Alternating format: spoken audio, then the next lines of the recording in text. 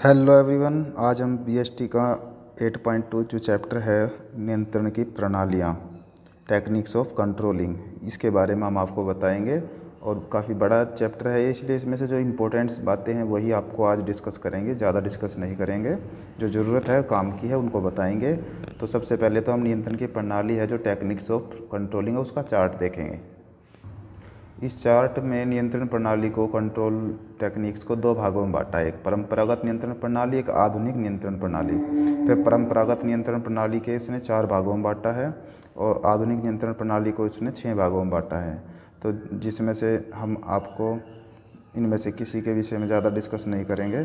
सिर्फ जो परंपरागत नियंत्रण प्रणाली का पहला भाग है बजटीय नियंत्रण, उसके ऊपर हम डिस्कस कर रहे हैं।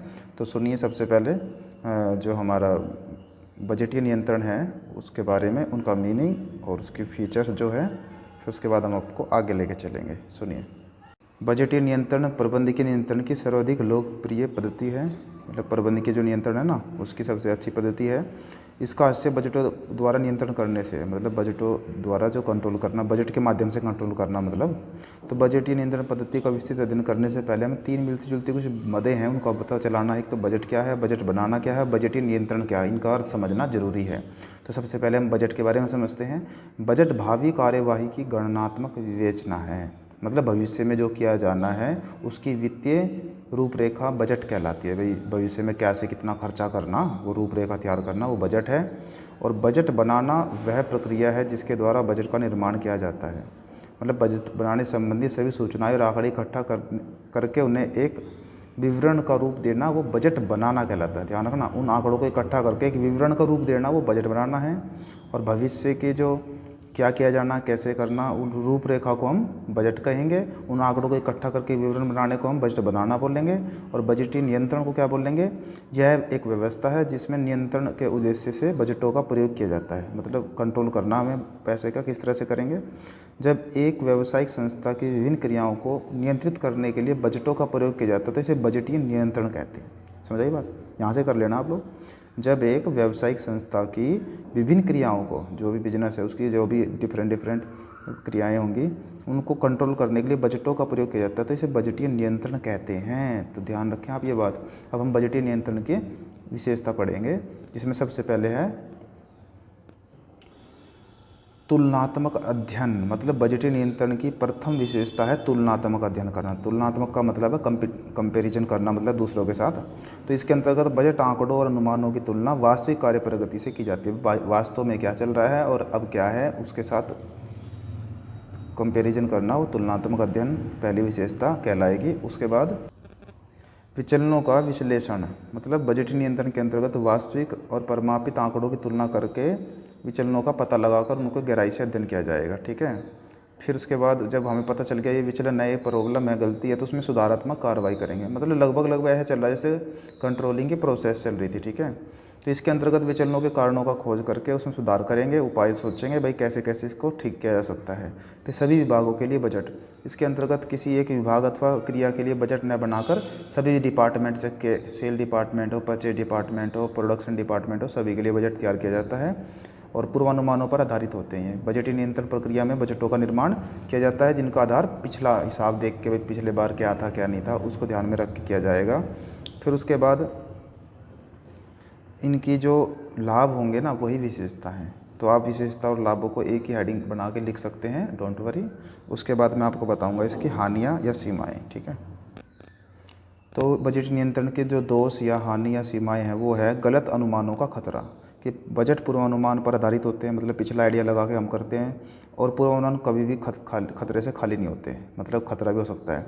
बजट नियंत्रण की सफलता पूर्वानुमानों की सत्यता पर निर्भर करती है। अगर पूर्वानुमान ठीक निकले तो बजट नियंत्रण ठीक हो जाएगा, नहीं तो फेल हो जाएगा। लोचहीनता का खतरा। प्राय यह देखा जाता है कि बजटों में लोचहीनता खतरा होता है। लोच का मतलब क्या है? परिवर्तन करना। तो लोचहीनता के कारण परिवर्तन को शामिल करना संभव नहीं होता। लोच का मतलब है लोच की कमी का, लोच का मतलब क्या? परिवर्तन करना, और कमी का मतलब उस चीज़ को ना करना। तो इसमें परिवर्तन नहीं किया जा सकता। अगर एक बार बजट रेडी हो गया तो रेडी हो गया, फिर उसमें लागू करने में कठिनाई आती है, कुछ भी समायोजन करना हो तो। मानवीय सीमाएं। बजटीय नियंत्रण को सफल बनाने के लिए संस्था में काम करने वाले सभी कर्मचारियों के सहयोग की भी आवश्यकता होती है, लेकिन ऐसा संभव नहीं होता कि सभी कर्मचारियों को पूर्ण सहयोग प्राप्त हो। ठीक है, उसके बाद है, वैसे तो मैंने आपको बता रखा है कि भाई महंगी प्रक्रिया होती है, ज़्यादा समय लगता है, इस तरह की हानियाँ आप कहीं भी डाल सकते हैं, तो इसमें भी ऐसी आई है।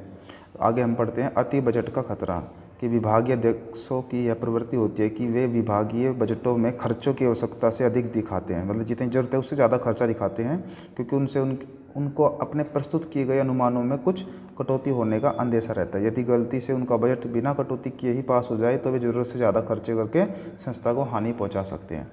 मतलब क्या है कि उनको जो उन्होंने आइडिया लगा रखा था ना बजट का, वो भी तो पूरा करके दिखाना ना, तो इसलिए संस्था को, बिजनेस को हानि पहुंचाने का डर रहता है। महंगी पद्धति, भाई इसको लागू करने में ज़्यादा समय लगता है, धन लगता है, प्रयास ज़्यादा करना पड़ता है, ज़्यादा समय लगता है, ज़्यादा पैसा लगता है, महंगी पद्धति है इसलिए। तो इस तरह से इसकी बजट नियंत्रण की हानियाँ समाप्त होती हैं। उसके साथ साथ मैं आपको बताऊँगा बजट के प्रकार, ये बहुत इंपॉर्टेंट क्वेश्चन है, इसी के साथ में अटैच कर दिया है बजट के प्रकारों को। तो बजट के प्रकारों का ये जो परफॉर्मा बना हुआ है ये आपको दिखाई दे रहा है। अब ये आपको पता होना चाहिए। बजट हैं जो दो प्रकार के हैं, एक विभागीय बजट, एक मास्टर बजट। विभागीय बजट मतलब डिपार्टमेंट का बजट है, तो डिपार्टमेंट होते हैं बिजनेस के अंदर, जैसे cell budget, production budget, cash budget, capital expenditure budget, ठीक है ना, रिसर्च एंड डेवलपमेंट बजट। फिर उसके बाद प्रोडक्शन बजट है जो उत्पादन बजट, उसको फिर इसने कच्चा माल का अलग बजट, श्रम का बजट अलग, अपरिव्यय बजट अलग, मास्टर बजट अकेला ही है। तो इन सब को इस तरह से इसने बांटा है, तो आपको इन सब के बारे में पता होना चाहिए। भाई विक्रय बजट में क्या होगा, विक्रय पर कितना खर्चा किया जाएगा, कितना माल खरीदा जाएगा, मतलब उससे संबंधित इसमें डिस्कस करनी है। प्रोडक्शन में कितना माल प्रोड्यूस किया जाएगा, बनाया जाएगा, कच्चा माल कितना लाएँ, तैयार माल कितना है। रोकड़ बजट, कैश बजट मतलब कैश की व्यवस्था कितनी रखनी है बिजनेस के अंदर। पूंजीगत व्यय बजट, पूंजी के बारे में कितनी पूंजी लगानी है। और शोध अनुसंधान मतलब कि कितनी सर्च होती है, खोज होती है, उसके ऊपर कितना खर्चा किया जाएगा, उसके बारे में इसमें बात होएगी। तो सभी बजट का अपना अपना मीनिंग आपको पता होना चाहिए। और मास्टर बजट को हम बोलते हैं बजटों का बजट, सभी बजटों के ऊपर एक अलग से बजट बनाया जाएगा, उसको बोलते हैं मास्टर बजट। ठीक है, सबका मीनिंग मैंने आपको बता दिया एज ए फॉर्मेलिटी, तो आपको ध्यान रखना है। बाकी आप बुक में से पढ़ेंगे तो आपको ज़रूर आ जाएगा। Thank you.